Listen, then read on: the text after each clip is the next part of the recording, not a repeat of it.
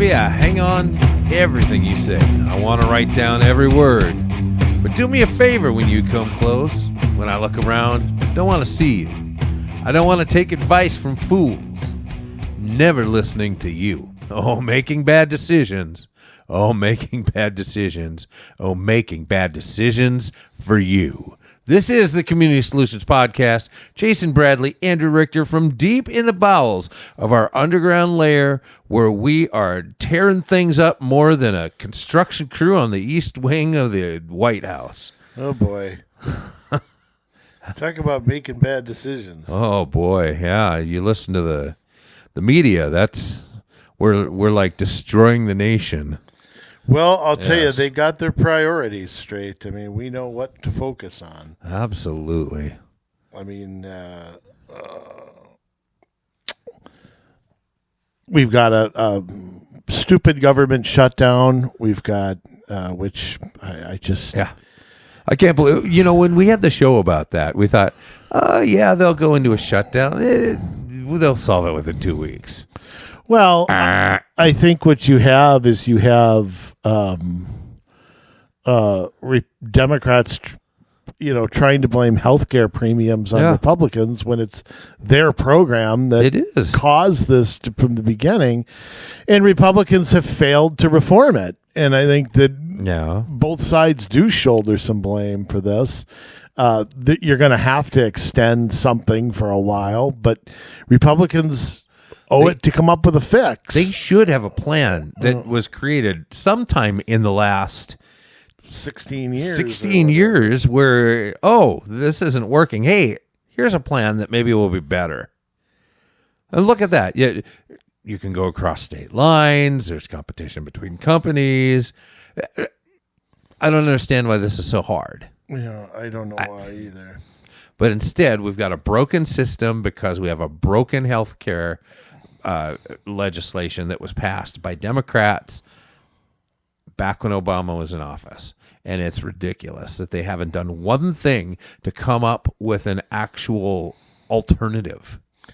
Well, and unfortunately, they're going to have to extend this for now. I mean, you can't let people have their health coverage double. No. You can't. The media is going to blame Republicans. They have no choice but to do this. They've got to figure something out for the short term without granting health coverage to illegal aliens. Well, I think, again, that's not easy because these states are in charge of these exchanges that were set up by Obamacare. Again, I'm not really sure. Until you reform the system, I'm not sure that you can piecemeal do this. Right. I don't know. I just think it's... I think both sides are sort of in a pickle. I mean, the Democrats have no ideas. They propose nothing. They have no care in the world about how much something costs. But Republicans have produced no clear-cut alternatives. And so, you're just kind of stuck in this. And the Democrats won't agree to anything anyway. The Republicans are going to have to jam it down the Democrats' throat. Yeah. And they have a year to do it. And they had the first 2 years of Trump's first term and didn't do it. And I blame Congress for it. I blame them for not being prepared to fulfill the promises that they made to voters. And either don't promise it or do it. Right. But to me, the worst thing you could do is do nothing and then try to run again on doing nothing. So I don't know what the thinking is. And I don't know why the fixes haven't been talked about already. Look, this is going to end one way or another soon. Obviously,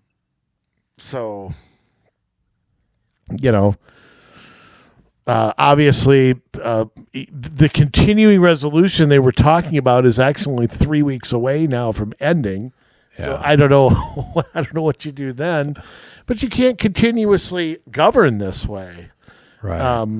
I don't really agree with the Rand Paul, Tom Massey position. I think they're just trying to pander. Yeah. But, to me, they don't have any ideas or fixes either. They just whine and bitch on social media.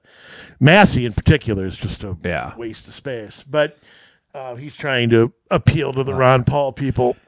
Well, he did make a promise And he is upholding his promise not to, increase Yippee. spending. That's not a solution to a problem. No, it's not. And so, But I understand it. But again, then he has an obligation to put forth bills. right. What's your fix then for Obamacare? I mean, I respect that. I respect what he's saying about government spending. Ron Johnson had put it out there that he wanted to bring spending back to pre-pandemic levels. And they got nowhere with anybody.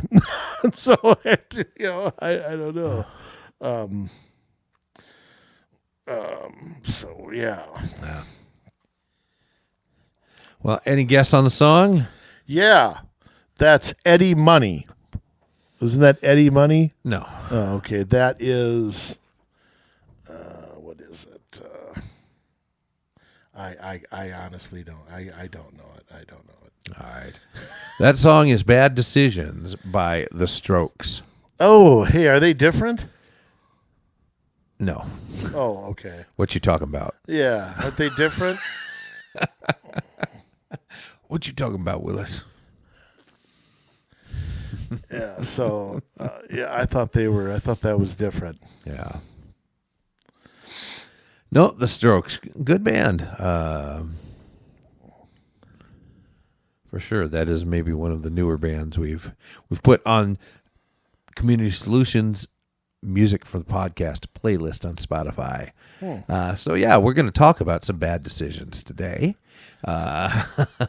Because I think that there's some people that are going to be they're heading to the polls now. They're going to be heading to the polls over the next few weeks, and there are no good decisions to be made. Now, we'll get to that in a little bit. I know you had something you wanted to talk about first. Well, more bad decisions. Well, I think, I think one of the things that is bothering me, I just have a question, Jay.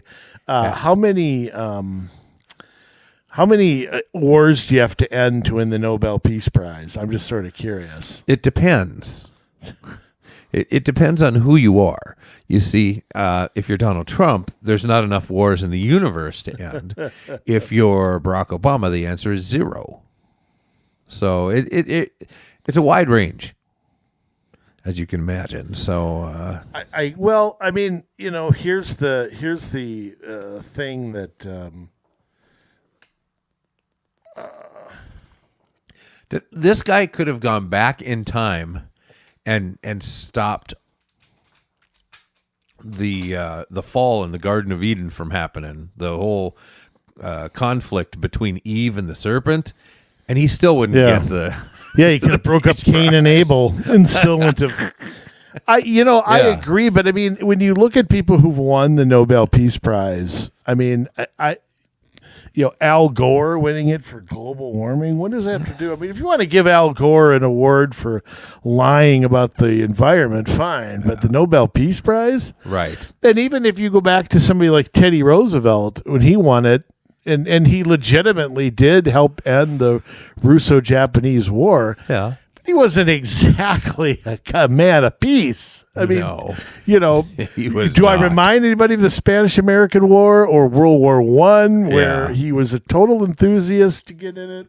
And I'm not, again, if, you agree or disagree with him on it, that's fair, but I think it's sort of idiotic to sort of say that that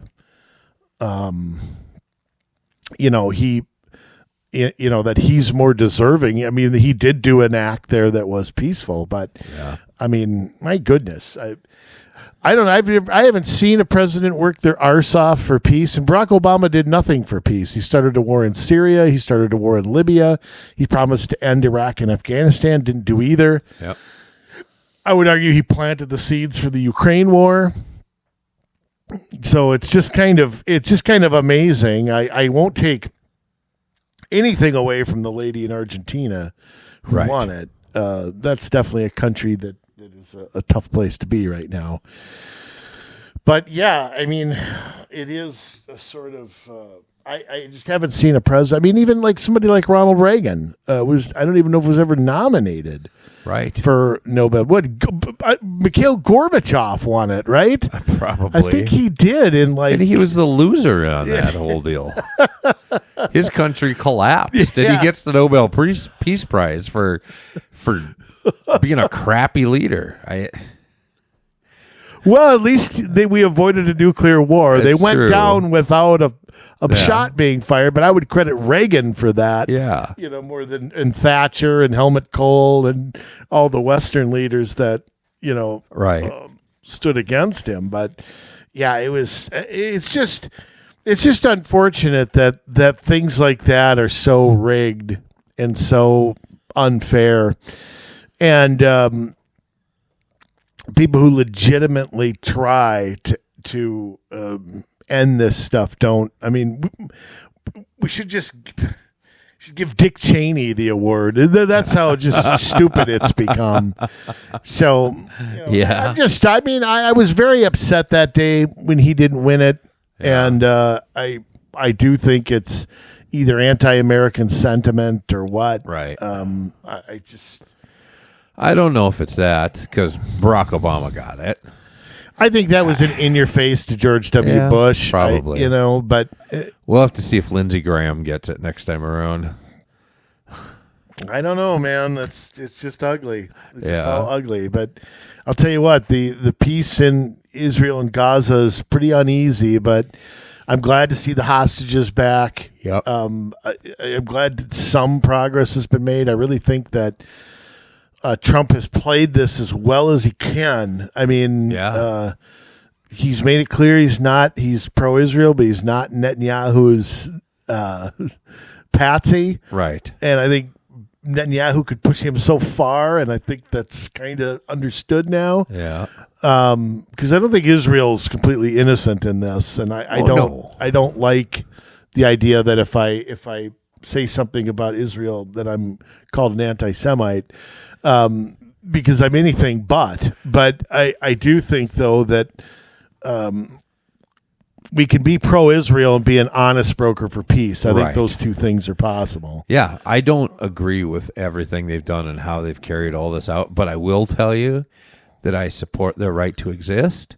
They deserve to be able to live. This is their traditional homeland. It's been their traditional homeland for thousands of years. Do the history. It's there. They lived in the area. The archaeological records will back it up. It's got stuff. If you read the Bible, the historical accounts in the Bible, all the way up through the time of the kings and all that kind of stuff, you can find in being unearthed in Jerusalem and around Israel things that not only prove that the Jews were there, but where it says that, like, the Babylonians came in to take Judah away. You can find in the Babylonian records that, yes, there was a King Nebuchadnezzar. You can find, in the Assyrian records that the Assyrian kings that came and took the northern kingdom, that these people existed. This is all real stuff. Yeah. And yet they just act like none of that matters. Trust the science, except when the science doesn't go in your favor, then make it up and claim everybody's stupid. Or there's some sort of conspiracy. Been fighting forever. It's just it's sad, unfortunately. Yeah. I don't know. I don't know if there's ever a long-lasting peace there. I hope so. But I don't think there'll be a long-lasting peace. We'll have peace for a while. Things will break down. Maybe we'll have peace again. We know by reading the book that at some point there'll be a peace treaty that'll give the Jews the ability to reopen their temple, do sacrifices again, and in 3.5 years, then that's going to get cut off, and we find ourselves in the end of all things at that point. So, yeah, cheery subject. No kidding. Yeah. Well, I mean, just getting back to the peace thing, I think it's just to have a president work so hard for peace and just and also feel like there isn't an acknowledgement here of it. Right. It's like, shouldn't we be happy that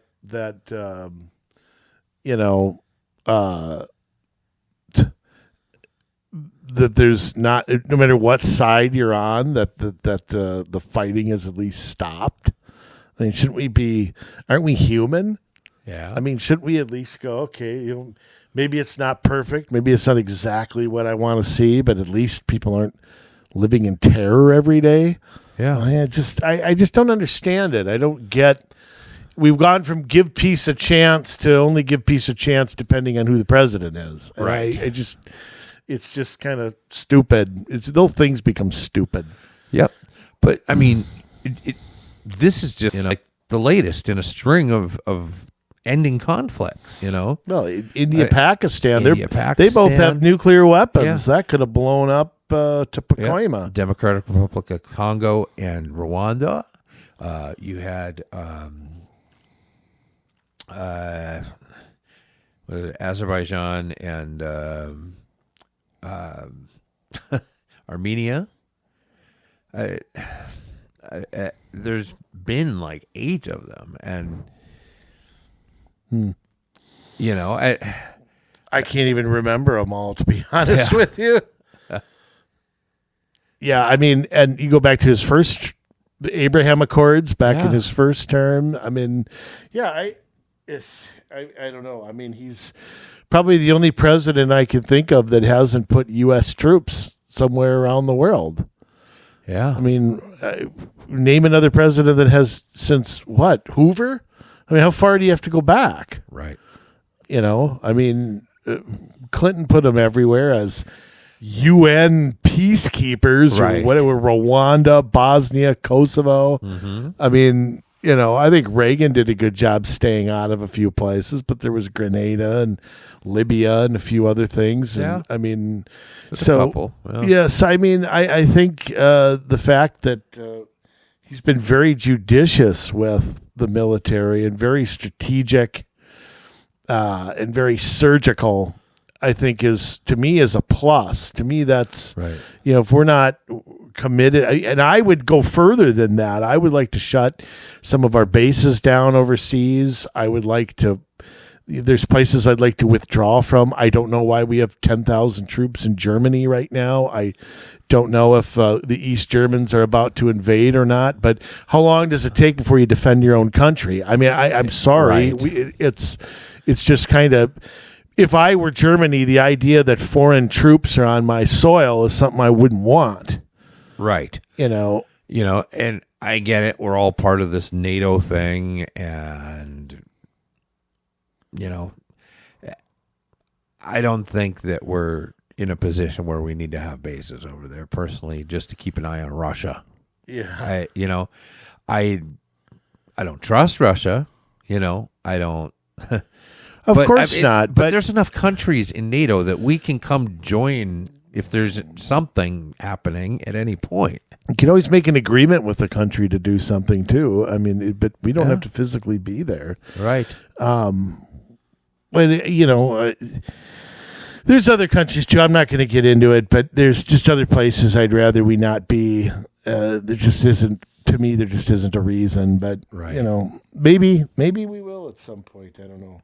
So, yeah, although, but there's also a benefit to us being in some places. Right. Like with China trying to get into our hemisphere, I think that look at the Monroe Doctrine over, the South America, history of the United States, where, yes, we wanted to keep our enemies out of the Western Hemisphere. But now you've got China creeping in.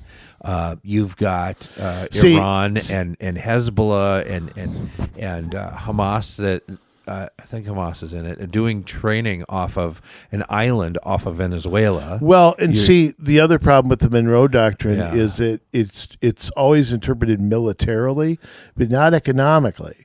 Right. You got China buying land. You got China leasing things. Mm-hmm. You've got them being the biggest trading partner with some of these countries. Yeah. Economics, I think, is a far bigger threat than the military. They go hand in hand. But, if China's got a foothold in all these, maybe they don't have troops there, but they've got an interest there. Right. Well, they have a bunch of business in Panama Canal. The Panama Canal and Colombia. They're trying to get into Brazil. And so, yeah, there's a lot that we need to look at because you have the rare earth minerals and things of that nature. When you look at the Guyanas, Guyana, Suriname, French Guyana, when you look at what is in Venezuela and all of this northern South America area, and the Chinese really want, to have a hold of this. But we've seen what can happen. They can decide to just say, nobody can buy any more rare earth minerals. We can't have that or we lose the AI race. Yeah. And that's not good. And I don't want to win the AI race. I hate AI. Well, I think AI will destroy the world. Whoever wins, we're all losers, I think. Here's the thing. It benefits business. It benefits government. How does it benefit me? That's what I want to know. Right. It will destroy us. AI will destroy us. Yeah. I hate it. I wish it was gone. Unfortunately, we can't let the Chinese do it all, but it's got to be regulated. It's got to be something where everybody can't lose their job because of it. And if they do, I'm going to tax the billionaires. I'm going to tax them 90%. 90% of the income I'm taking. Because if they're going to get rid of people and keep all the money, no, you're not doing that. Sorry. Right. We're getting it back. And lay off everybody. No. The tax those, I don't care about them. But I'm tired of the idea that people keep screwing people over. And if I don't like it, then, you're a Marxist. You're not a capitalist. We don't have capitalism in this country, so I don't want to hear it. Right. We have big businesses that use their money to game the rules and influence government. We have mergers. They control banks. They control everything. So I don't have any issue taking 80, 90, 99% of their money. I have no problem doing that. So if they want to use AI to screw us over, of course, they're not going to lower prices. They're just going to pocket the money. Right. So I don't want to hear it. So they use AI at their own peril. Yeah. So it will destroy them too. Yeah. Yeah, eventually. I mean, if I'm replaceable, Bill Gates is replaceable. Yeah. We don't need me. We don't need him. So, take your pick of whatever rich person out there. But I'm tired of defending them. I'm tired of defending these moguls who, could pay people way more money and could do way more than they do. They choose not to, and then they whine and complain about it. So the hell with them. But AI to me, is the tipping point of it, because I do think they are going to try as hard as they can, even though there's going to be pushback on this, a lot of pushback. Yeah. And it's not going to be right versus left. It's going to be populist versus elites to push back against this. So, in China, the people don't have that power necessarily. Here we do. And so China needs other nations to push back against it from outside. Yeah. They don't have that apparatus inside like we do to be able to push back on the government. But unfortunately here we also have the pressure from outside countries. Trump is strong enough to laugh it off. He makes policy and they follow suit. It's not the other way around. Finally. Yeah. Well, if you think about it, the things that got Trump elected in the first place, they weren't right versus left. It was the forever wars. It was, there's really no plan to go after China. We're getting fleeced by some countries, open borders, it really was issues like that prompted him. And I think he's conservative in his thinking, but ultimately he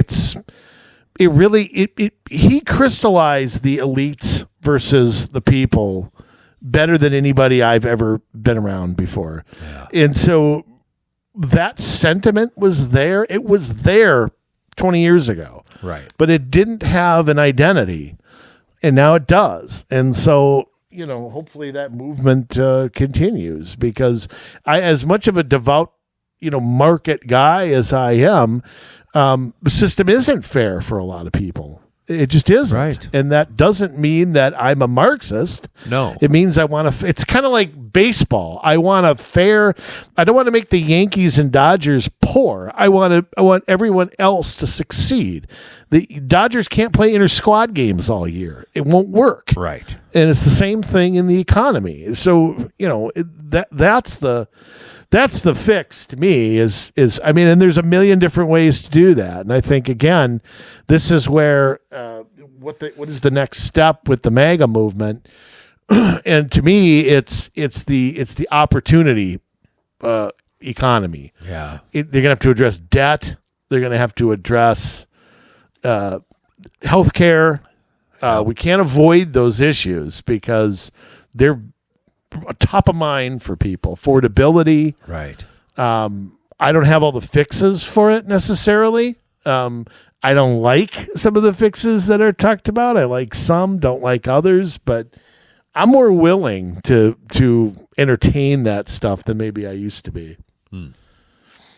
Yeah, I can understand it. I'm there when we're trying to restore power to the people in a genuine sense, not in a Marxist kind of sense, because the power to the people in the Marxist sense always ends up with the elites having everything anyway.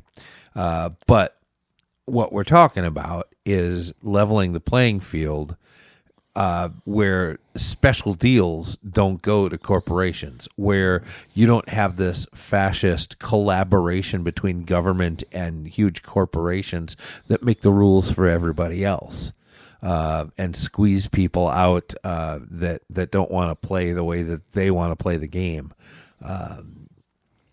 It's always slanted in the favor of the corporations, of the government, and so you've got all of the power and all of the money coming together, and the little guy never stands a chance. The corporations are the most anti-market people you'll find. They don't want that.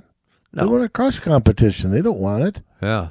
It's all these private public partnerships between the government and these corporations that make it impossible for anyone else to succeed. Well, and I think that I think college is something that has to be addressed. It's such a scam. It's a scam from top to bottom. It's a scam from entry to what you major in to what is out there in the real world. It doesn't prepare you to succeed. Right. It is a scam. And you know what? I tell you what, I honestly think you're seeing a pendulum swing on that. Yeah. I really think you are. And I think colleges are and it has to be that way so they can, but they get all these endowments. They have legacy money. They have money up the wazoo. Just up the wazoo. You know how much money my college has made off of me since graduation? I'll give you a guess. $1,700,000. One of the numbers in there is right. It's a 0.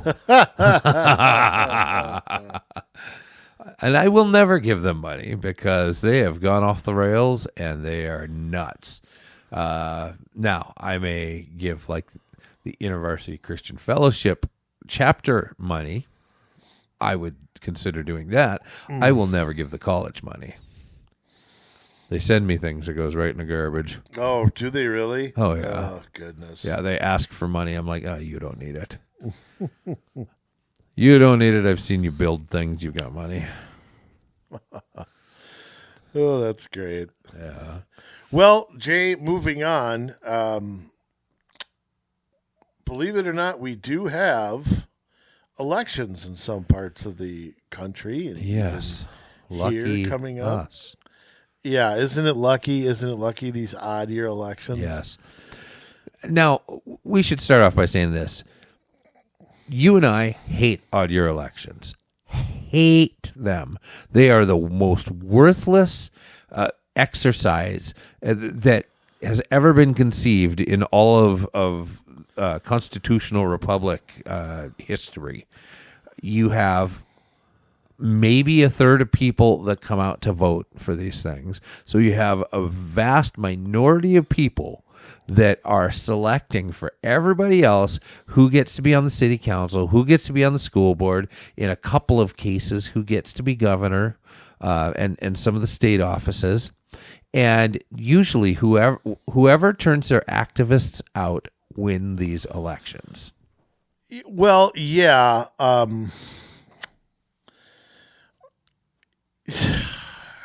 There's something I hate, though, more than odd-year elections. Well, there's lots of things I hate more than odd-year elections, but that's near the top of the heap. I would say if you couple that with ranked choice voting, that's probably where you get me to be even angrier. And nowhere do you see this. I mean, we'll start with New York, where we have this silly clown show of an election. You know, I got to say, I mean, New York used to be what New York used to be. And of course, I didn't know New York. It's kind of like California. As a kid, I dreamed of being on the beaches in California. Yes, I dreamed of going to high school with Saved by the Bell.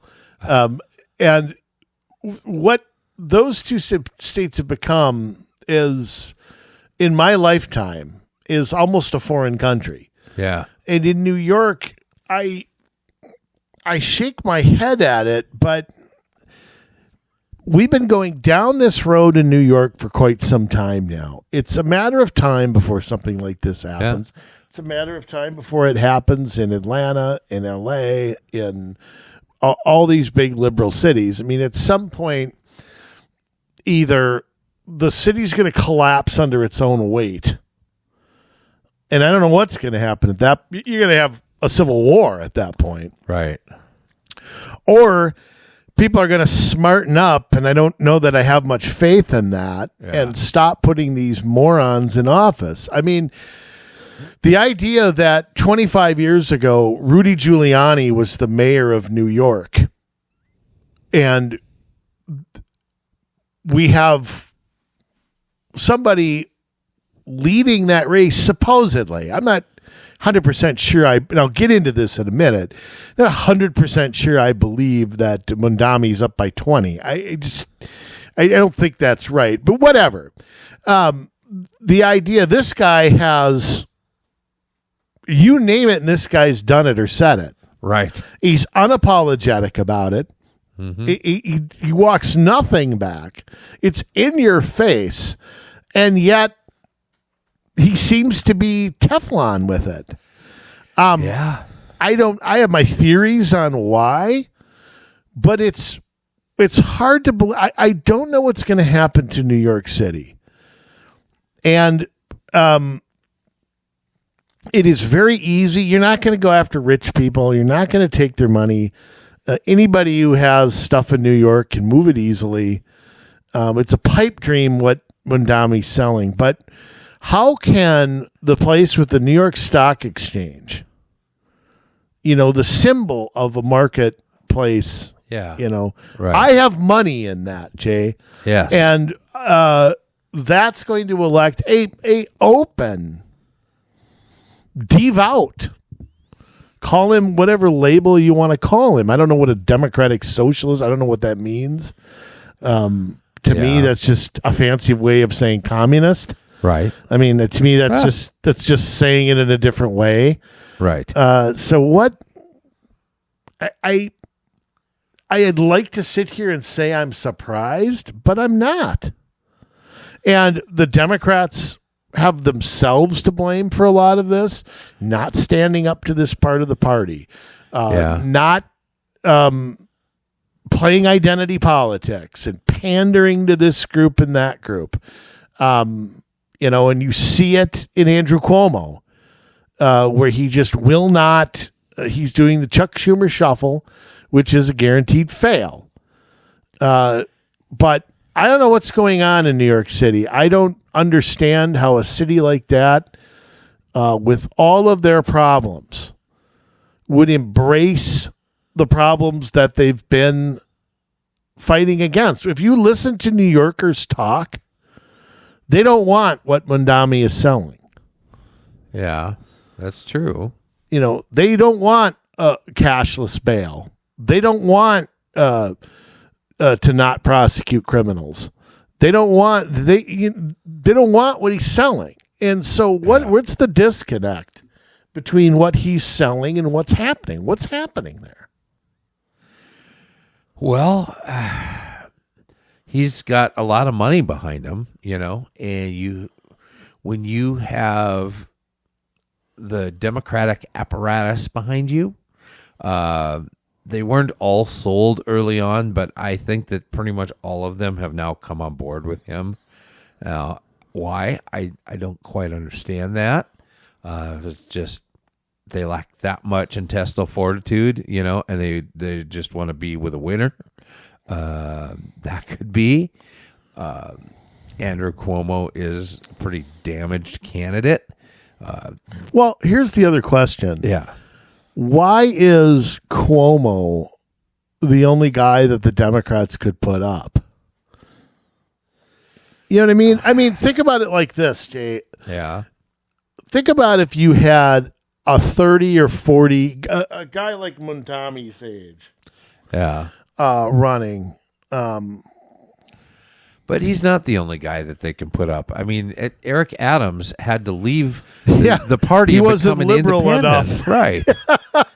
Right. As soon as he pushed back against Biden, he was basically kicked out of the party. Right. I don't know. But again, sometimes, you need a fresh face, and that's fine. But how do you... Cuomo was clearly inserted there by the professionals in the Democratic Party.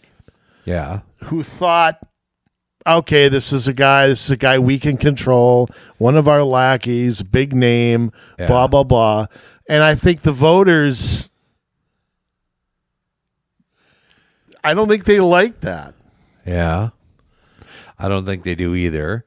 It seemed like from the numbers in the primary that most of Mamdani's base are white elite liberals.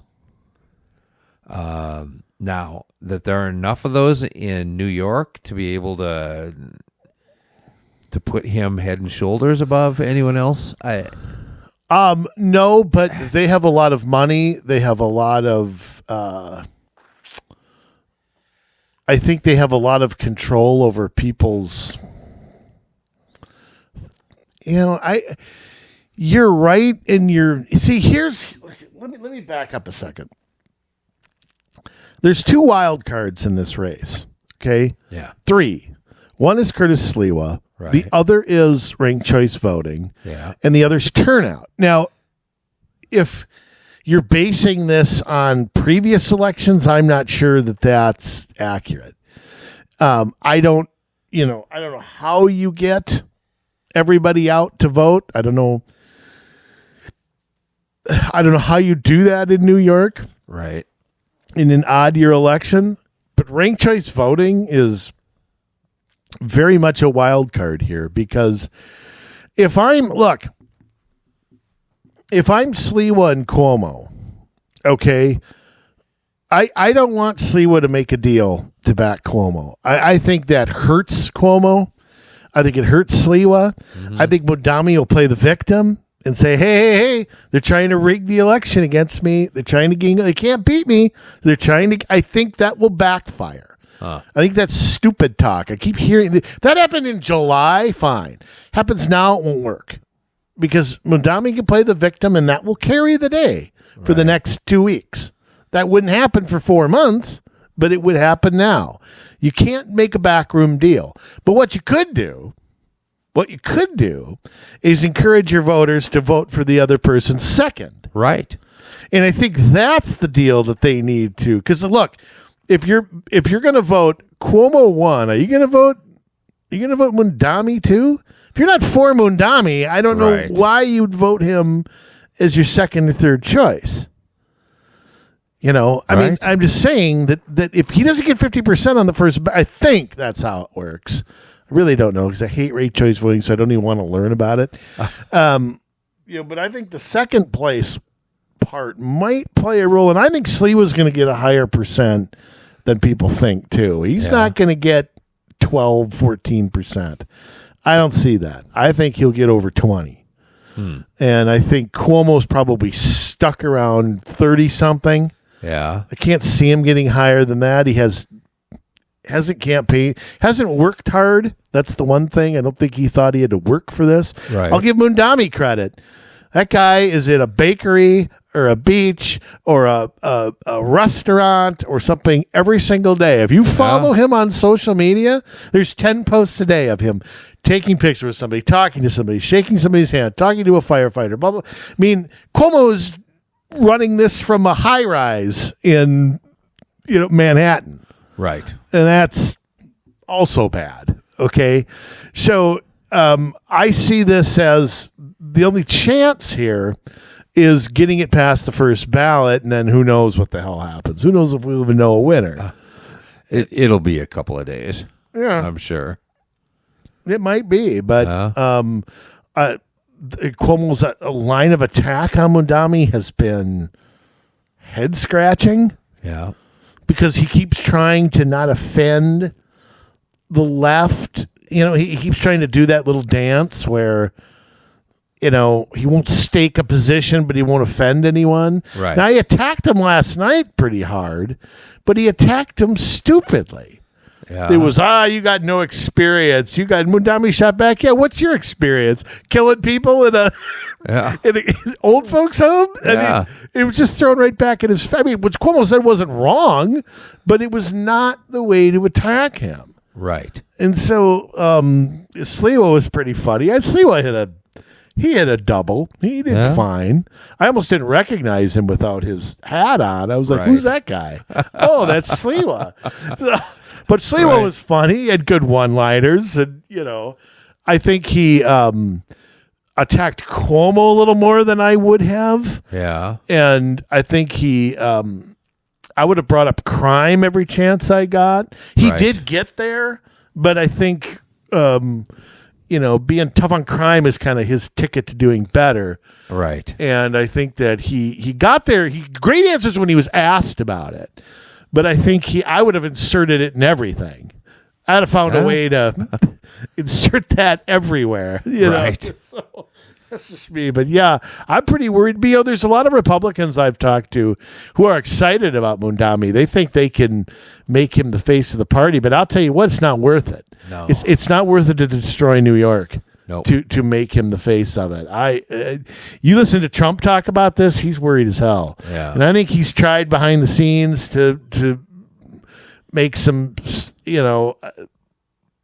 try to do something, but I think that's been very, very tough. So, yes, it has not been easy, and so I don't know what they can do. He obviously. I don't know. Everything seems to be going in Mamdani's favor, and if that city falls, like you said, it's the financial capital of our nation, and I know there's been some talk, like from Ron DeSantis, about we'll just move the stock exchange to Florida. But he says he's opening one there. Yeah. I don't know that because you have all the companies that are headquartered there in New York, and I don't know how you move the headquarters out of New York. Well, you can't do it now because they all have leases, and that's not possible, right? But it could happen over time. It could happen over a generation, for example. It could certainly happen. Yeah. Look at what we've seen with New York and Florida over the last 50 years. Right. We've seen what? New York had like 38 electoral votes. Now it's got 28. Florida used to have like 20. Now it's got 30. Yeah. And a lot of it is New York. A ton of it is New York. Yeah. And it's funny. They've gone to Florida, but they don't vote Democratic. That's the funny. They've changed as they've moved. Uh-huh. So, yeah, I mean, in fact, I always wonder if all the Florida New Yorkers would have stayed in New York and voted Republican. Would that have changed New York a bit? I don't know. Yeah, might have. I mean, sometimes. I mean, I understand wanting to move out of there or retire at a place like Florida. I can understand that too. But yeah, I think New York's that's just yeah. It's going to be. I mean, I haven't seen a mayor's race this nationalized since Rudy won in New York in the 90s. Yeah. And so it's I don't know what to make of it, and I don't know how Mamdani will govern. I don't know how much of this. I think he really believes this stuff, though. So, it could be, and you can't count on a city council or whatever they call it there. What do they call it there? Alder boys or aldermen? Altar boys? Aldermen. What do they call it? I don't know. Is that what they call it in New York? Or yeah, they're all altar boys. Are they? Because in Chicago, they're aldermen. But, okay, maybe New York, it's like they have some name for it, though, because each borough has a little self-governing to it. You're right. And I know that I think Staten Island is the more red area. Yes. Across the bay there. Yeah. And then you have the 4 more liberal ones. Right. Bronx, Manhattan. And Joe. Yeah. And Harlem. Sorry, a little sports joke there. So, yes. It just, I don't know what's going to happen. I think it's pretty bad, though, and I think that the Dems have really. How have Hakeem Jeffries and Chuck Schumer gotten away with being able to stay out of this? How have they gotten away with that? I don't know. If I were a reporter, I'd ask Chuck Schumer that every time I have him. Are you going to endorse Mamdani? Yes or no? And I don't know how they get away with not giving an answer. They both live there. Who are you voting for? Right. Yeah, I don't know. I mean, we know who AOC is voting for. We know who. We do. Yeah. That hasn't been kept a secret. No, definitely not. That's okay. The more she talks, the better. I'm all right with it. Yeah. The more she talks, the worse she sounds. But do you think that? And this is kind of a kind of a stupid question. Yeah. But the Dems are still lost almost a year after Trump's reelection. Right. Do you think that Mamdani winning is finally going to wake up and say, okay, this can't go on. We can't have this anymore. Because one Mamdani is going to lead to another and another and another. Well, you might get 2 of them this round. Well, we'll get to Minneapolis in a sec. But, I mean, do you think that's going to finally... No. Because they don't know how to deal with the left side of their party. They're radicals, and they will stop at nothing to get what they want. They're afraid of them because they believe that they could be the next to be shot at. They could be the next to have their house set on fire. They could be the next to be petitioned. But what's the alternative to that? The alternative to that is just endless submission. Yeah. I mean, you either take a stand now or you never do. When you put a bunch of beta males in the same room, are you ever going to get an alpha out of them? No. No, you're they're not. going to go down and get a soy latte from the coffee shop and sit around and complain about why they can't get any traction. Okay, but why don't the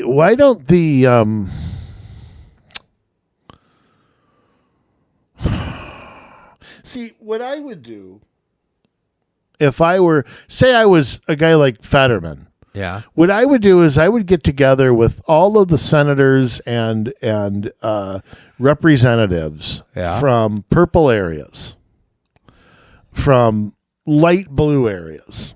I'd get 50 or 100 together at a weekend retreat. Yeah. Say, okay, 1 or 2 of us sticking our neck out, we're going to get our heads chopped off. Mm-hmm. We have to come up with something. Whether it's a couple of issues, a couple of talking points, a couple of, and it can't be a Trump attack. It can't be, that's just stale. It's just a week later, nobody will remember it. Right. We got to come up with something, our own Democratic Leadership Council. We've got to come up with something so that because there's strength in numbers. And if you can get 50 or 100 to sort of, I don't want to say sign on as, I don't know what you want to label them as. Yeah. We're liberal, but we're not crazy. Okay. If you want to call it that. Okay. They have to organize and they have to, put out a set of statements and principles. And they've got to do something to look, I don't think there's any consequences for distancing yourself on these 85-15 issues. Yeah. Why can't Andrew Cuomo come out and go, you know what? I'm against cashless bail. I'm going to enforce the law. I'm going to cooperate with ICE for illegal alien criminals. If he did that, people would stand up and applaud. Right. What he's doing instead is he's trying to be tough on crime, but pander at the same time. And what these Democrats have to do is say, look, you want to be trans when you're 25? Fine. But you know what? You're not going to use a teenager's bathroom. Okay, 85% of the country would stand up and cheer. Yeah. I don't think it would hurt them in the Democrat. I disagree with that. I don't think that would happen. I really don't. I really think that there are bigger issues and there are bigger things all people on their side can agree with, that if they would drop the stupid stuff, yeah, and a block of them would drop it. A block of them would take, okay, we're going to take 4 issues, whether that's crime related, trans related, immigration related. And I don't say you don't have to side with Trump on it. You don't have to agree with him completely. But why wouldn't do what you're doing? Right. Why wouldn't that work? I don't know. They need a certain, because right now things have trended to the Republicans especially. They need to get a certain number of votes. And if they lose 25% of their base because they're not radical enough. Are they going to lose it though? Yeah, I think some of them will stay home. I think we'll see that. Didn't we see that with some of the elections in 24 where people were not excited about Kamala? They didn't really come out and support her. Maybe if you believe Biden got 81 million votes, which I don't. I don't either. But I mean, ultimately, I think those people were anti-Trump enough that they probably voted anyway. I think Kamala got as many votes as she could. I really do. I really don't know that there were too many left on the table. But I mean, yeah, could you lose a little bit? 25% I don't see happening. AOC and Joe Biden back in 2020 were not on the same page. Now, Biden ended up capitulating on everything, and that was his choice. He didn't have to, but because he was old and feeble and couldn't put a movement together, I think maybe a Joe Biden of sounder mind would not have. But unfortunately, they're at a point where either they have to walk back some of this stuff or they're going to be a permanent minority. Yeah. I mean, they're going to have to change at some point. Right. And we've seen the Democrats and Republicans both go through these change cycles. Yeah. With Republicans, we saw it after Clinton won, and we saw it after Obama won. And with Democrats, we saw it after the Reagan, George Bush senior years. And so they're going to have to reinvent themselves. I can't believe they haven't. I really can't believe it. I mean, I think Schumer has to go. I think Jeffries has to go. I think they need leaders that are more dynamic and more. I'm not going to be bullied by some 30-year-old bartender in New York is not going to tell me what to do. You know, like Nancy Pelosi said, well, that's 5 people, the squad. Yeah. Just totally didn't care. Right. And if you're no leader can lead if they can't make a bold decision. So, but I'm just shocked, to be honest, that they're still. If Mamdani's election doesn't wake them up, I don't know what's gonna. Right. I really don't. I'm not counting on it. But you see in these other races, Jay, you see the Democrat candidate. I know we're going to talk about Minneapolis, but I want to go to New Jersey and Virginia. Okay. Because you see the Democratic candidate for governor playing prevent defense. Yeah. You see that they don't know what to say when it's you talk to them about any issue that's controversial, they just pivot to Trump. Right. They don't address their party or what they're going to do or anything like that. And they're not campaigning like people who think they're ahead. No, that's true. I don't think they do. What do you think about New Jersey? First off, what do you think's going on in that state? If you look at 2024, President Trump, every time he ran, he increased his percentage there. I know in 16, it wasn't even close. Yeah. And then in 20, he lost by less. Last time he lost 52-46. Mm-hmm. And he didn't really do much. It's not like he had 20 rallies in New Jersey. He maybe had one. Right. So New Jersey has changed a little bit. Yeah, well, you've had some bad politicians come through there too. You lot had of the bad whole politics. Bob Menendez deal, and the current governor. I'll tell you what, though, I respect Bob Menendez a little bit because after he got in trouble, he said, "You know what? Trump's right. This is selective enforcement. I am being targeted. I see what he means." Yeah. He conceded. Yeah, this is lawfare. I mean, and I think Menendez is guilty of what he's being accused of, but at the same time, I think he's far from the only senator who's guilty of what he's being charged of. Yeah, that's true. So anyway, I think that I don't know much about New Jersey state politics. These governor races can be weird. It's weird to have two governors' races kind of be nationalized or try to be nationalized. You look at the 21 race, and I don't know that you can use 21 to compare, but nobody took Jack Citerelli seriously in 21. No. And he ended up losing by 2. Yeah. And the polls were way off on it. And the race is closer at the polls. Some have it as like a 1 or 2 point race. I think if that's real, I think Citerelli wins. I don't know that he can overcome more than that.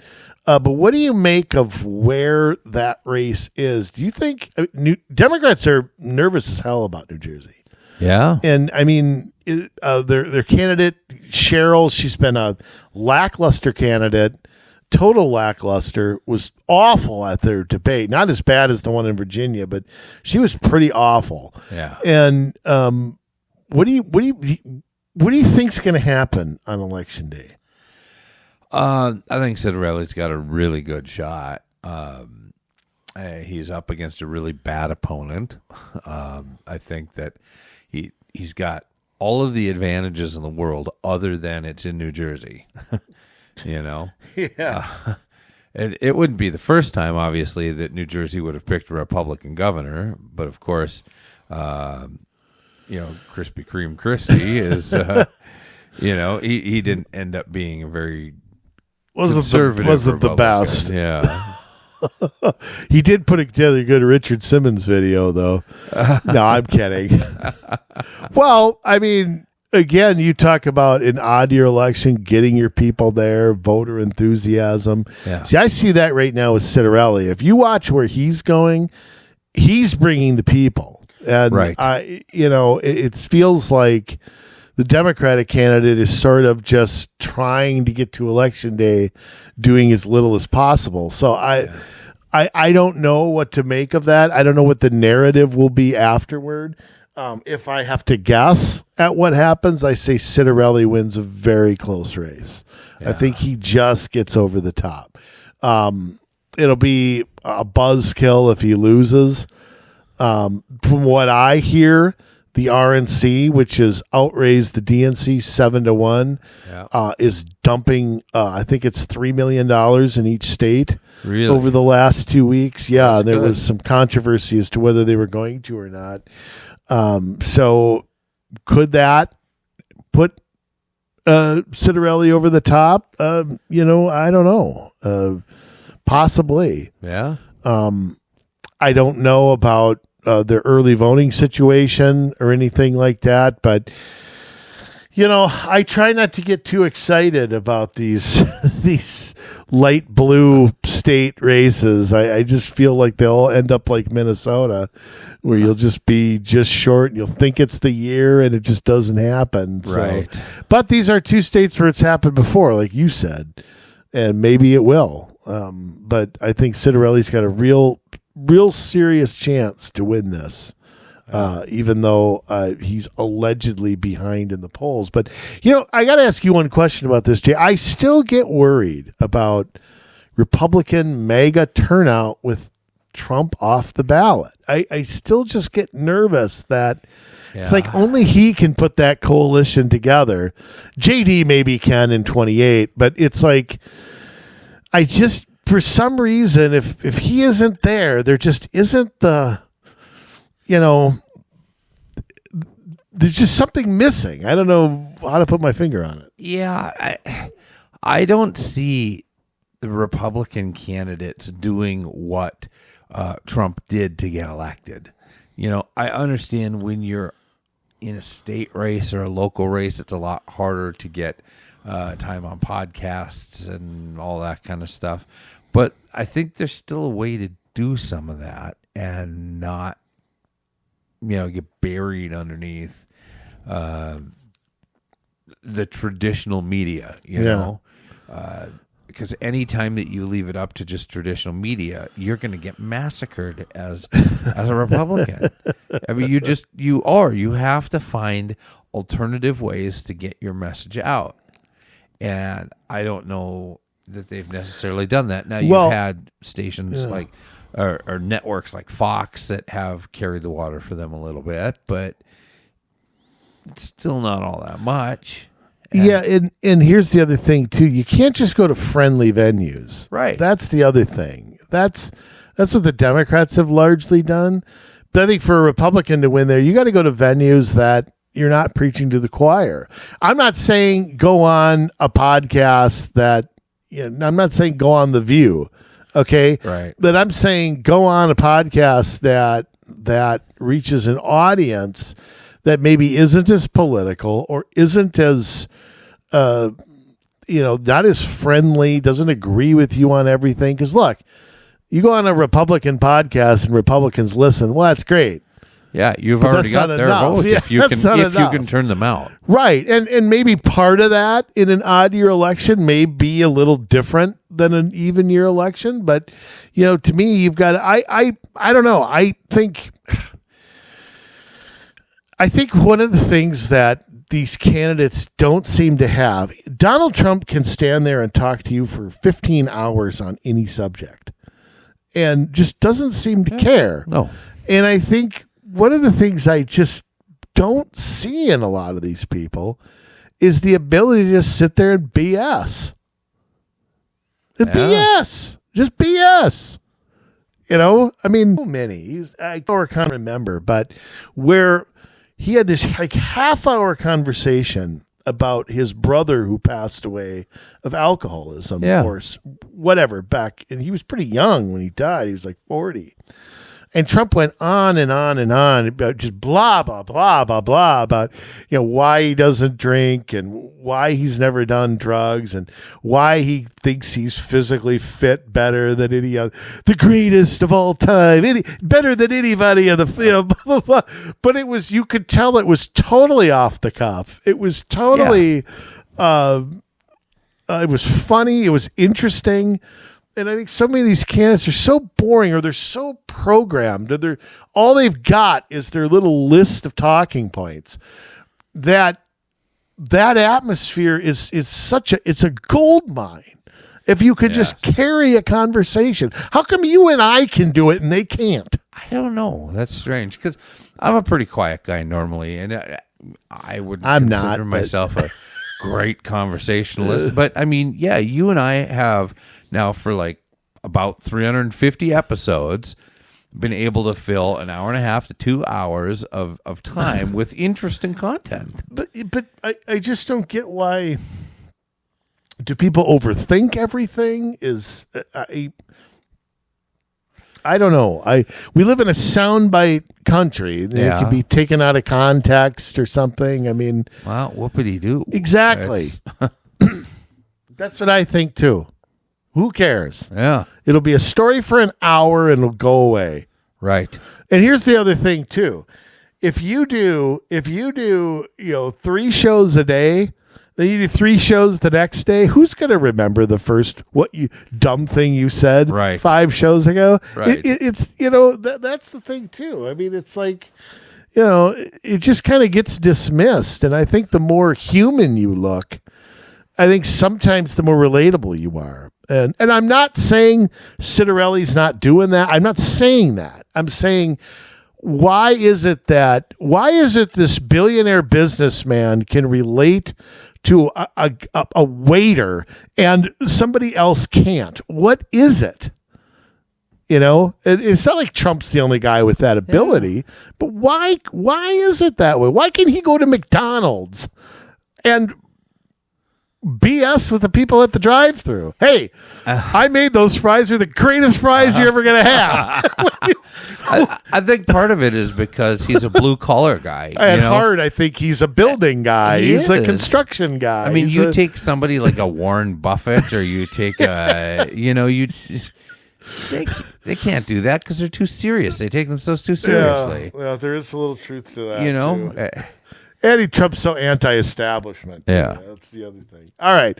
Let's move on to Virginia real quick, Jay. What has gone on there with this Jones guy? Oh, my goodness. I'll tell you what, that debate with the governor was one of the worst answers. I mean, she had like 5 chances to answer the same question. And she just sat there. And she went on a podcast, too, and did the same. Katie Couric did the same thing. Yeah. It was just total stonewalling. Again, the strategy is just to get her over the finish line. Yeah. The strategy is to ignore this. And I'm going to tell you something. Winsome Sears has been a lackluster candidate. But, again, I don't trust the polling in these races. The Republican, again, the internal polling has her doing a lot better. I don't know if that's true. But the Republicans in that state should be talking about nothing but this for the rest of the way. Nothing but it. Yeah. And everybody points to Terry McAuliffe's stupid comment about, and I'm surprised at that with McAuliffe. He's way too smart of a guy. I don't know how he didn't walk that back. I don't know how the people around him didn't do that. He could have walked it back and survived, and I don't know what he was thinking. But this is so much more serious than that. So much more serious than a dumb comment about parents and schools. I shouldn't say that because that's important. You're talking about murdering somebody and their family. Okay, this is what I said to somebody at work, Jay. If an ex-husband sent that text about their ex-wife and kids, what do you think would happen? First off, there'd be a restraining order. They would probably temporarily lose custody. Yeah. They could get charged with, depending if they had a record or not, or a history of something. Yeah. This is criminal. If that happened, and where are the Me Too people, by the way? That's what I'd like to know. But I mean, this could be a felony. Yeah. And not one Virginia Democrat has withdrawn support for this Jay Jones, and he's going to lose by a big margin. And because that race was tight, and the AG, the Mayorkas guy, is like. There's polls that show him ahead by like 7 right now. Trust me, he's ahead by double digits. I don't believe that. I think he's way ahead. Here's my question to you. Can the reverse happen? We always talk about the top of the ticket affecting the rest. Yeah. Can a mid-race affect the top? Can it go to the top? I think it's hard to do that. But I think it is, too. Because anything below that, most things are regional. Some things, your statewide races. That one, maybe it's like this with like a vice president. A vice president can't really help a ticket, but he can harm a ticket. Yeah, exactly. Right? Yeah. So I think that rarely does anybody vote for the vice president. Yeah. Right. So I think it's kind of the same thing here, that you're going to have people that sour on voting either Democrat or voting at all in that race because they disliked Jay Jones so much. Is that enough, though? See, here again, the early voting is the one thing that has me concerned. I was telling you off air that I listened to Sean Spicer, because Sean Spicer, Trump's former press secretary from his first term, yes, lives in Virginia. And he had stats that something like 300,000 Virginians have already voted. Yeah. And he's like, okay. And it's like, okay, but they don't have party ID there. Right. All they can look at is where the vote is and kind of guess. It's hard to decipher who's already been there, and you don't know between now and then, Right. So that might be the one thing that the Republicans there are fighting. And I know Republicans are better at this. 21, they were still telling people not to early vote. Right. It's changed a lot since then, and you just wonder if that's not really the truth anymore. But I do wonder if Spannberger wins, if she barely gets over the finish line. My guess is the Democrats lose the other two races. The lieutenant governor, which is weird in Virginia because they run on a separate ticket. To me, that's the generic R and the generic D. I don't even know if anybody knows who they are.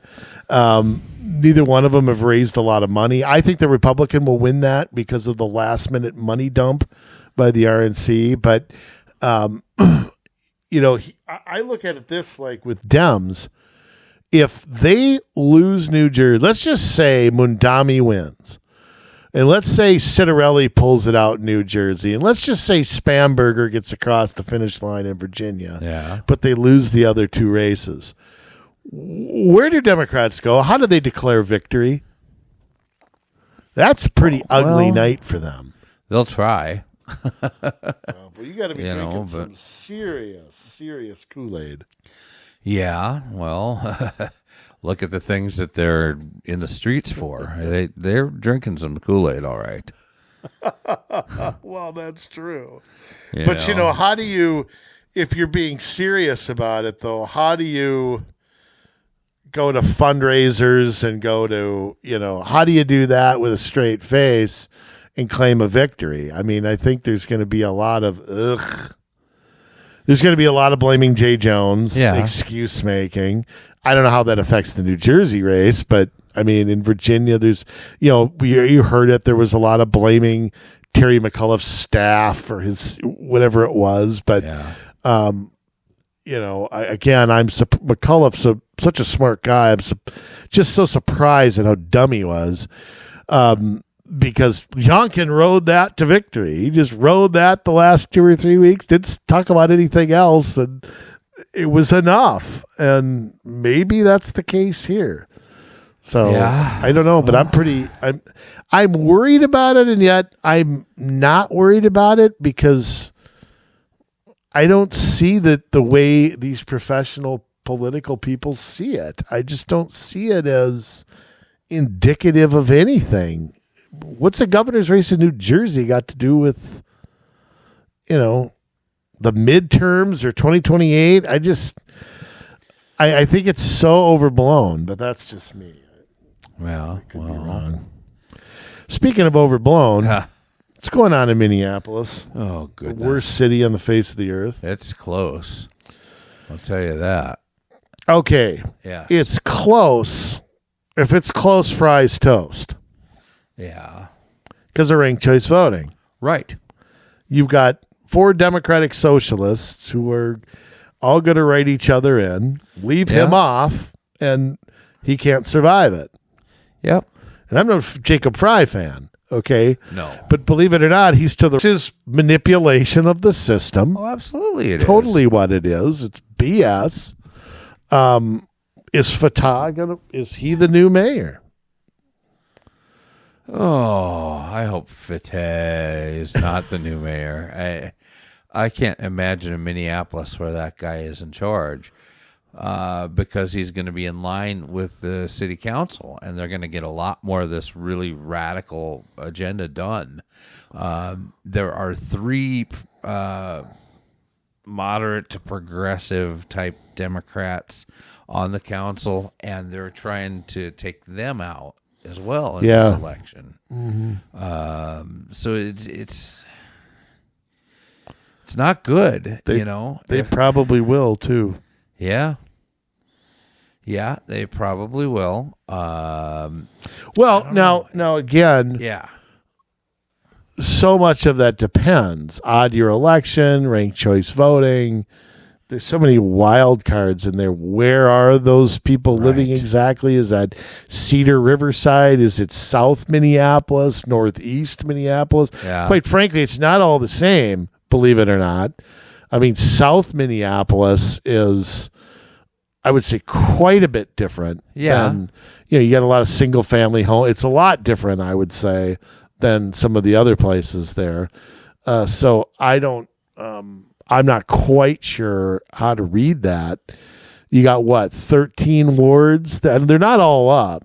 No, they're not all up. You got 12. What is it? It's got to be an odd number. Yeah. 11. I don't know. I'll have to look it up. Yeah. So.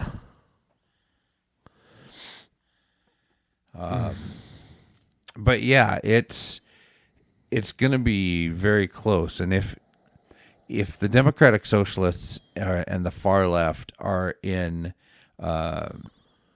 close to taking over the council, and Fatah happens to win as well, I mean, you're really looking at a nightmare scenario. Yeah, it's already a nightmare. Well, yeah. How much worse can it get? Well, the stuff that hasn't been able to be passed is going to get passed. Yeah. I mean, that's really the crux of it. You're not going to have homeless encampments removed, no matter how dangerous they are. You are not going to have police going out to emergencies, or if they are, they're going to be unarmed. You are going to have all these freebies that are given to the freeloaders. Freebies from where, though? I mean, I don't know. It's just, I mean, you're probably right, but yeah, it just, I don't know. To me, I don't understand why people like this get elected. I just don't get it. Yeah. I have to say, though, too, it is tough to run or debate a socialist. Yeah. Because when they just promise everything for free, it's like, it's so hard to, combat that. Because you have to use intellectual. You got to use brains, not emotion. Yeah. That's tough sometimes, So, yeah. Ugh. Yeah, so I guess all 13 of Minneapolis's wards are up this year. Really? Yes. That's strange. I didn't think that was the case. But there's 3 of them where nobody's running, where the incumbent is not running. Jeremiah Ellison in 5. Andrea Jenkins, who I think was Andrew Jenkins, in Ward 8. And then in Ward 13, Linnea Palmisano is not running for re-election. So really, Jeremiah Ellison's not running. Yeah. What's he eyeing? He's got to be eyeing. He's out something. at Harvard or whatever. Oh. So he's eyeing something. Yeah. Well, right now he's eyeing Harvard. So he's out there, but I'm sure he'll come back and whatever. So yeah, that's not good.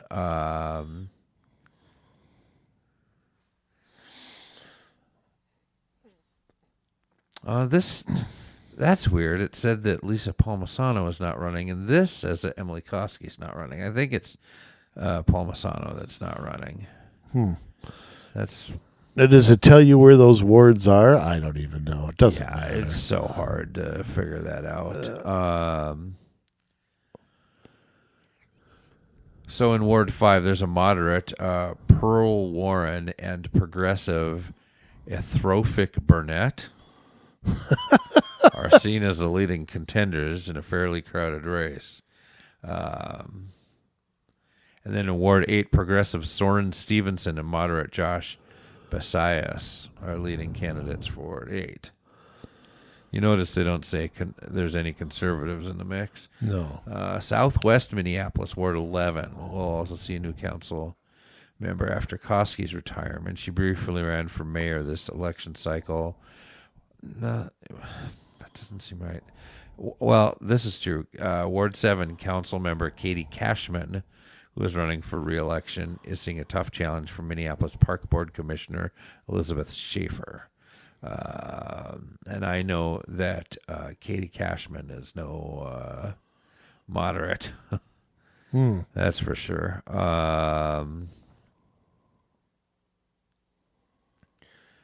So I don't know. Okay, so there's a map. 5 is kind of North Minneapolis. 4 and 5 are North Minneapolis. So 5 is, I would say, just northwest of like Highway 55 up to maybe like, what would you call that there? Dowling, maybe. And then what 8 is kind of south central. So you would put that maybe around like, let's see if that's Calhoun. It would be just east of Calhoun. Okay. So you would probably call that like Lynn Lake area. Oh, okay. Maybe Ward 8. Yeah, and then Ward 7 is, like I said before, southwest. So that's down by like Richfield or Edina? Not that far south. Oh, okay. It is just below 5. Oh, all right. St. Louis Park. 13 is more like by Richfield. Okay. So, yeah, it kind of borders St. Louis Park. So, yeah. Well, that's fantastic. I wonder why they're all up. Did they redraw the borders, or? I don't know. It's strange. They're not all elected to 2-year terms, I didn't think. Yeah. Loring is part of 7. That's where Katie Cashman's from. So. What team does she play for? I don't know. I hate that area of town. You can't ever find a place to park. Oh, my God. It's so bad. Whole city you can't. Not that I would know anymore because I refuse to go in. But I don't go in there either. Oh. Outside of a Timberwolves game or a Twins game, I haven't set foot in Minneapolis, and I couldn't tell you. Yeah, I went to a Twins game last year, and that was, I think, the last time, other than I've driven through on 94. But I don't even do that. I went to, Wall and I went to a Wolves game around my birthday last year, and that was the last time we did anything in Minneapolis. Yeah. Yeah, no, it's not good. If these things pass, we're in a lot of trouble. Are they going to do something like, I know they've experimented with like universal basic income. Yeah. Which again, if AI goes crazy, I'm all for it. But I think it's a bad idea the way they want to do it. Yeah. Yeah, it's awful. They want to send mental health workers out to the 911 mental calls. health. Yeah. You know, they I don't know what they want to do. They want to allow the homeless encampments to continue. Are they going to pay property taxes, the homeless encampments? I mean, how come if you're a homeowner, you get taxed to death, that if you set up a home in a tent, you don't get taxed to death? Yeah, I don't know. It is something to ask about. And of course, the homeless encampments are just drug infested.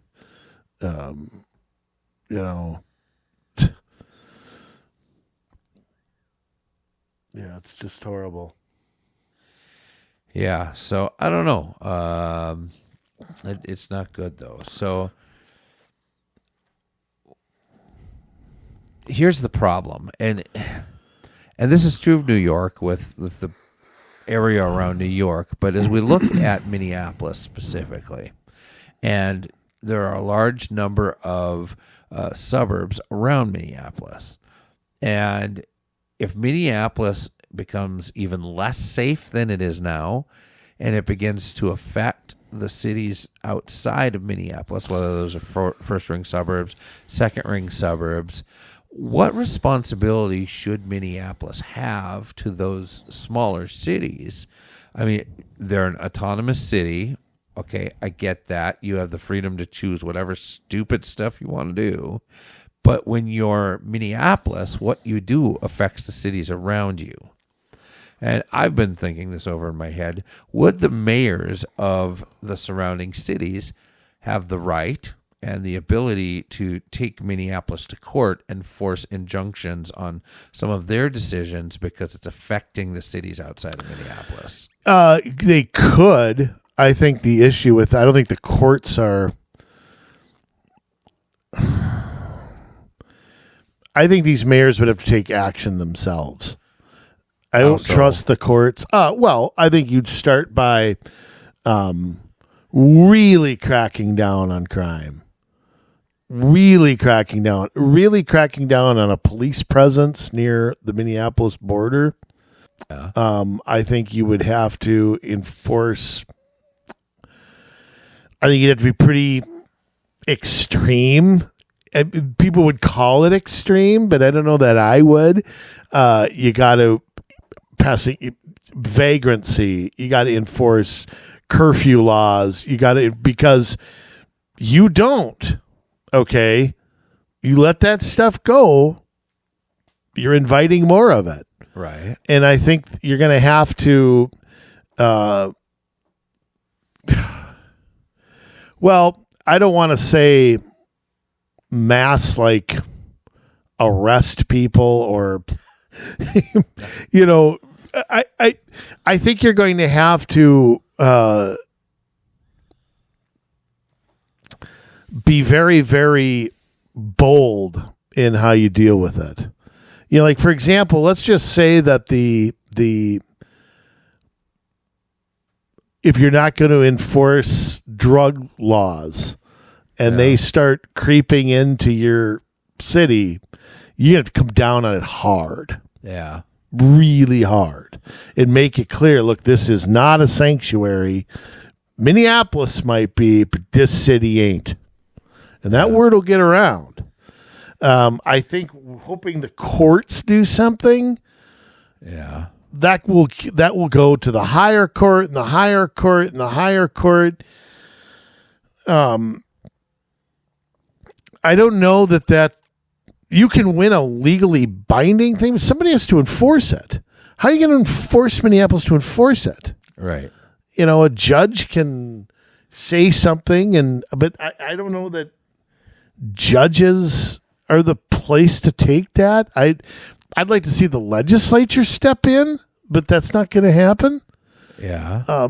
Because the one thing Minneapolis will respond to is threats with money. That's the free money is the one thing that might get them to respond. But walls in the legislature, the Republicans have no interest in that either. They never did it when they were in charge. They talk about it, but they never do it. I think those mayors and councils are going to have to act pretty boldly. They just don't have a choice. Otherwise, the riffraff is just going to invade there. You don't let people. Nobody sleeps in a park. You have to rigorously enforce that stuff. Right. Which I know is not the funnest thing to do. Is the funnest use of the police. Right. There's like real crime out there, but you even let it trickle in, and it's going to take you over before you know it. But especially with the first-ring suburbs, you're not going to find conservative people running the cities. And I would go as far as to say in some of these, you're starting to get a trickle in of far-left people that are not going to have the guts to do the tough things. Yeah, and I do worry about that. But again, this is where maybe citizens need to take it upon themselves. Yeah. I don't know. This is where we're heading toward a civil war. Because, no neighborhood country can survive this. Yeah. Can't survive lawlessness like that. Yeah. It'll tear an area apart. It'll decimate business. It'll tear apart families. We'll see crime skyrocket. It's going to totally destroy what's left of the educational system. I don't know. I do think, though, that the first... But again, I think some of the first-ring suburbs are just as radical as Minneapolis. Yeah, they're two steps behind. Yeah, look at Robbinsdale, Golden Valley, St. Louis Park. They're 2 steps behind them. 10 years from now, Minneapolis government will be there. Yeah. Though I don't know that you're going to see that. You're going to see resistance from the second, third, fourth ring suburbs. Maybe. Some of them I think you're going to. Yeah. But again, I think some of them are frozen in indecision. They're frozen and worried about being called a racist or worrying about this or that. Right. So I think that there's some fear there too. I think it's all pretty bad. But yeah, I don't know. Can Minneapolis has gotten away with everything they've gotten away with? So I don't know why they'd think they'd be emboldened after an election like this. To right. me. Well, is there any chance that Fry beats Fateh? Fateh is just drowning in conspiracies and controversies. Look at what happened in Minneapolis. The whole DFL endorsement process. He cheated. Yeah. And they removed their endorsement from him, and his campaign was fined by Hennepin County Court for distributing yard signs that claimed he was endorsed by the DFL after it had been withdrawn. Do these little controversies matter? Maybe on the margins. He had to return a campaign contribution from a defendant in the Feeding Our Future fraud case. Yeah, it was probably with that money. Yeah, there was an investigation raised over ethical concerns for a housing bill that he advocated for, as his wife was a listed owner of a housing stabilization company, while he was supporting legislation to expedite client approvals for the program. This guy's as dirty as last week's laundry. A coal miner in 1975. Potential violation of state law. A judge suggested that his campaign may have broken another state law. It's just one thing after another. He's bringing Somali politics here, where there's no law. Can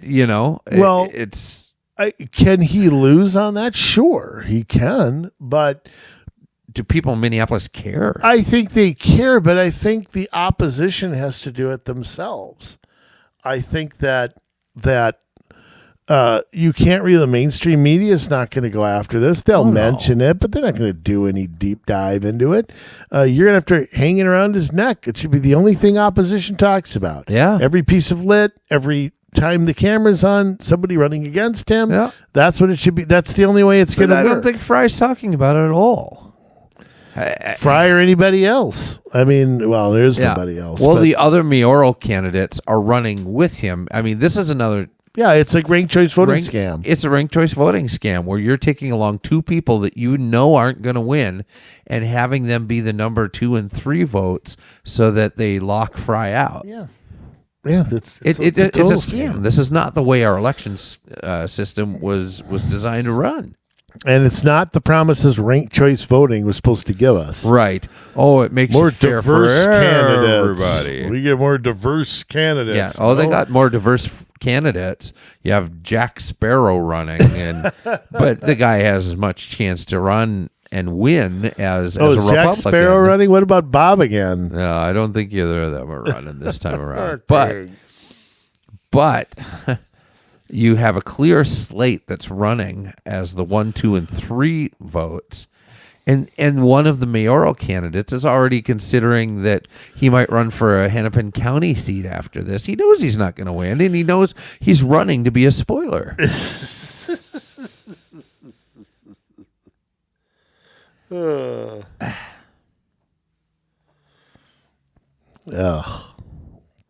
Yeah. Brutal. Yes. Well, Minneapolis gets what it deserves, I guess. Yeah, but we're going to get what we don't deserve because we don't have a voice in the process. Yeah, that's true. But, I mean, Minneapolis is, and St. Paul's not far behind. They're dying every day. And what I love? I love listening to Minneapolis try to brag about how great it is. I've always said this before, Jay. If something's really good, I don't have to tell anybody. Right. I don't have to tell anybody. If it's a sunny day outside, I don't need to tell you. Right. So I mean, it's just kind of, kind of silly. Just, I used to cry at Minneapolis. Now I just laugh at them. Yeah. I don't know what to say anymore. There isn't anything to say.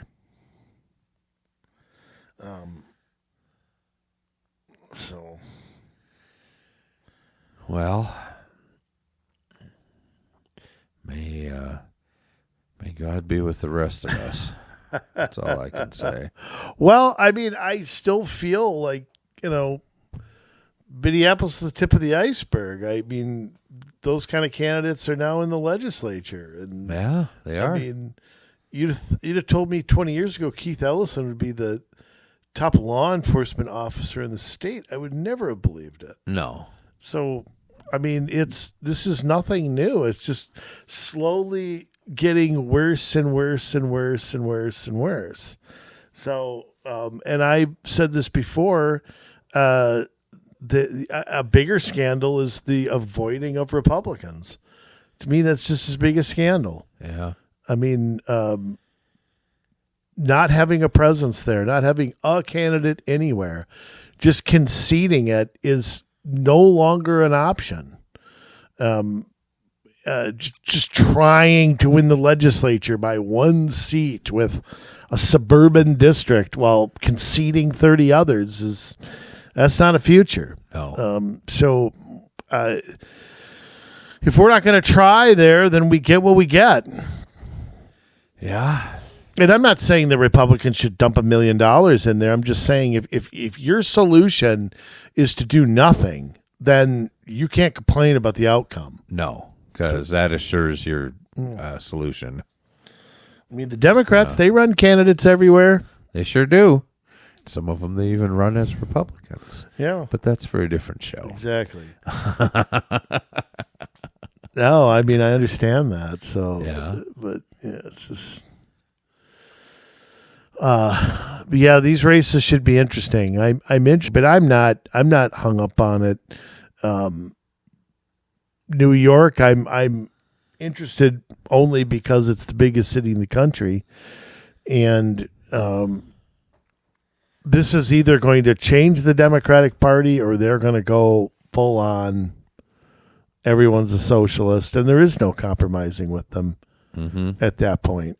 No, there just isn't. So I don't know what's going to happen there. But I think the cheering for Mamdani, hoping to make him the face of the Democrats, man, that's just really tough for me to go along with. Yeah, I'd rather not go through the pain.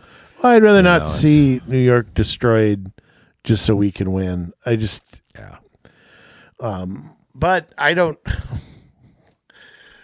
I just wish there was an alternative that, I mean, I'm not talking about Sliwa. I'm just saying I wish a realistic alternative was there, and it just isn't. So right.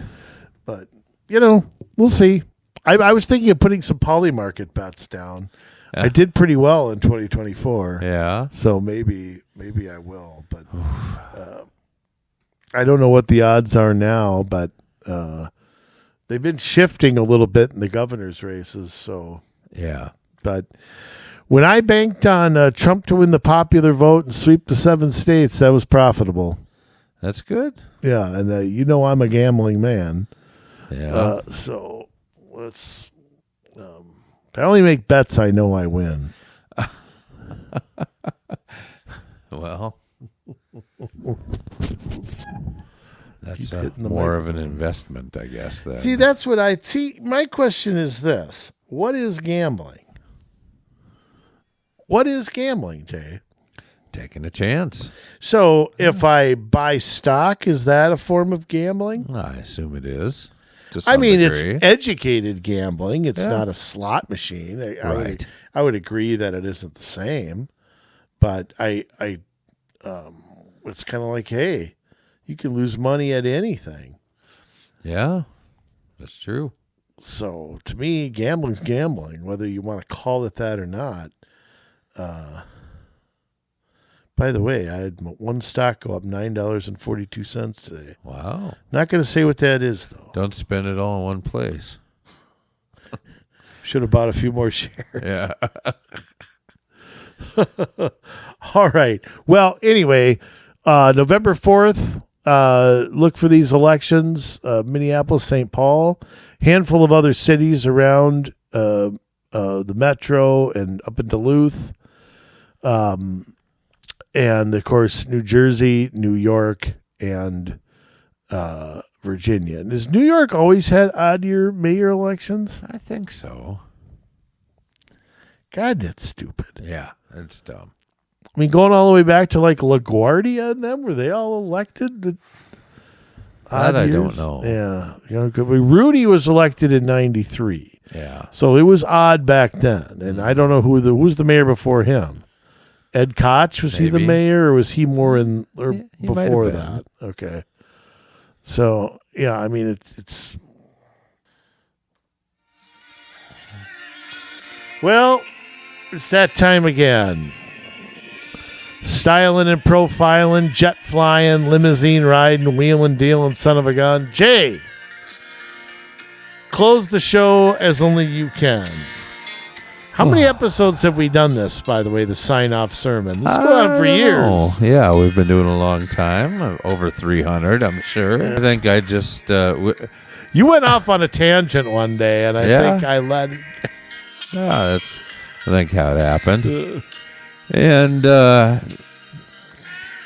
even despite my quiet demeanor, I still have things to say. Quiet demeanor. Yeah. I look at these elections, and I don't know how much we can really read into them when it comes to looking at 2026 or 2020. 2028.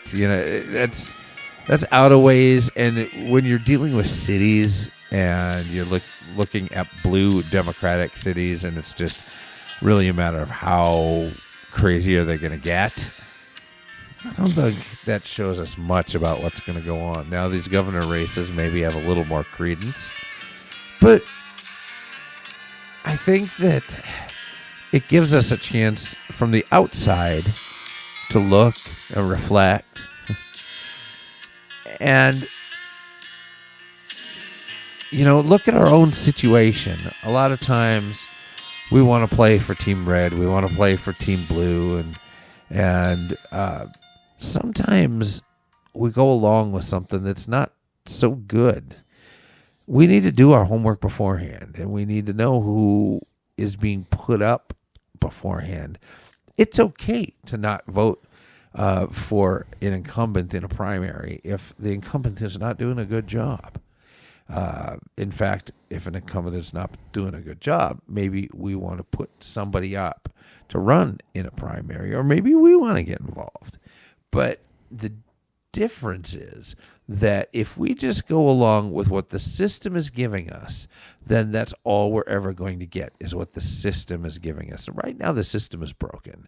The system is corroded. The system is moldy. If it's bad, that's what the system is kicking out. There's not a lot of good to be had. Now, you look at some of the things that Donald Trump has been doing, excluded from that. But generally, the direction of things is always for bigger government. The direction of things is always for more control. The direction of things seems to always be favoring big business, favoring the government, not favoring you and I. So we have to take a look at what we're doing, because we do have control in this arena. And it comes down to us being educated voters, being involved in the political process, even when we don't want to and we think it's boring or we've done it and we're tired of doing it. No, it is important. And there's only one way that we can get things back, and that is by putting our action and our words into the process. Now, what do? And that's the answer to that question is different for each of us. You know, we've all been given different gifts. We have all been given different passions. And we need to be able to figure out, okay, I've got this thing in me. What can I do with it to make humanity better? Because so many of us use those things just to serve ourselves, to make ourselves happy. Life isn't about being happy. It's about finding joy in the bigger things. It's about creating a society where our grandchildren have a chance, where our children have a chance, because we have blazed the trail and left things better than we found them. But unfortunately in America, we're kind of in this place where it's all about us. That's got to stop. It's not all about us. We were put here to make things better. So I don't know. Maybe you're not sure why you're here. Maybe you're not sure what you can do. Well, there's a lot. You know what? Get a hold of us. COMMsolutionsMN@gmail.com. That's COMMsolutionsMN@gmail.com.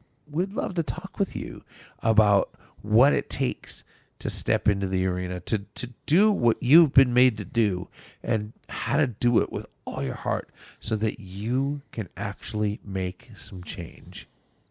And that's all we can ask of ourselves, of each other, is have we done all that we can to create the change that is going to save our nation? It's a lot of work ahead of us, but we can do this if we're dedicated and we work together in unity. We can do this, Minnesota. And it's just going to take some free will to decide the right thing and to go after the things that are broken. We can do this. We can send Omar Fateh packing. We can send Breon Curran back to wherever she came from around White Bear Lake and help her find a new job. We can take the people that are destroying our cities and our state, our counties, and we can replace them with people that will actually look out for us. But you gotta be willing to step out and put in a little extra. Let's do this because the time is short and we're in dire circumstances. We've got to come together. We love you, Minnesota, but now it's your turn to get to work.